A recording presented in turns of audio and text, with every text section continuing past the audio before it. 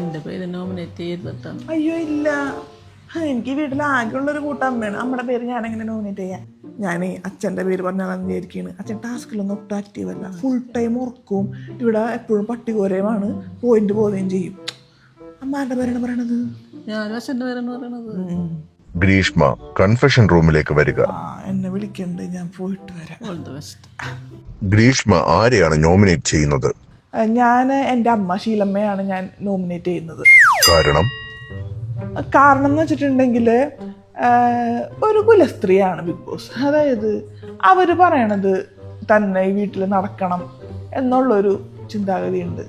പിന്നെ cooking full പുള്ളിക്കാരി അങ്ങ് ഹേറ്റെടുത്ത് വേറെ ആരെ അടുക്കളയിലോട്ട് അടുക്കാനോ ഒന്നിനും സമ്മതിക്കൊന്നുമില്ല. മൊത്തം പുള്ളിക്കാരി ബിഗ് ബോസ് വീട് അങ്ങ് കൺട്രോൾ ചെയ്യണ പോലെ എനിക്ക് പലപ്പോഴും തോന്നിയിട്ടുണ്ട് ബിഗ് ബോസ്. അതുകൊണ്ടാണ്. ഷീല ആരെയാണ് നോമിനേറ്റ് ചെയ്യുന്നത്? ഞാൻ എൻ്റെ മകൾ ഗ്രീഷ്മയാണ് ബോസ് നോമിനേറ്റ് ചെയ്യുന്നത്. കാരണം അവളൊരു മൊത്തത്തിൽ ഒരു ഉഡായിപ്പാണ്. ഒരു സേഫ് ഗെയിം കളിച്ചുകൊണ്ടാണ് അവൾ ഇവിടെ തുറന്നുകൊണ്ട് പോകുന്നത്. എന്തെങ്കിലും ജോലി ചെയ്യാൻ പറഞ്ഞാൽ അവൾക്ക് അപ്പോൾ ഇല്ലാത്ത വേദനകളൊന്നുമില്ല. കൈ വേദന, കാല് വേദന, ഇതൊക്കെ പറഞ്ഞിരിക്കും അവള്.